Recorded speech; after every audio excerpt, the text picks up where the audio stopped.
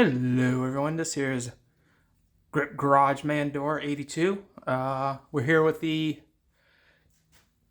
jack shaft 8900, and I did a modular travel modular replacement. So when we go give this a run, if you want to see that video, go ahead and look at the last one. Once again, it's on Vice Garage Door Man 80 or Vice Garage Door 82.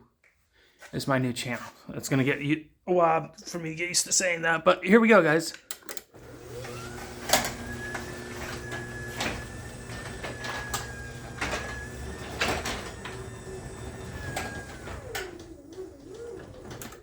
I think it's the door.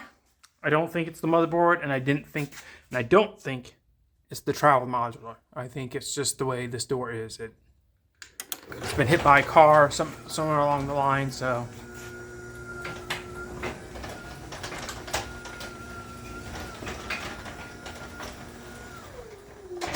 So, there you guys go. Alright. I know what to tell you.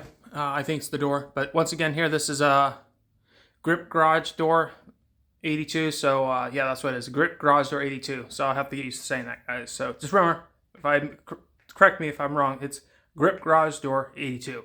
So, that's what it is. I just got to get used to it.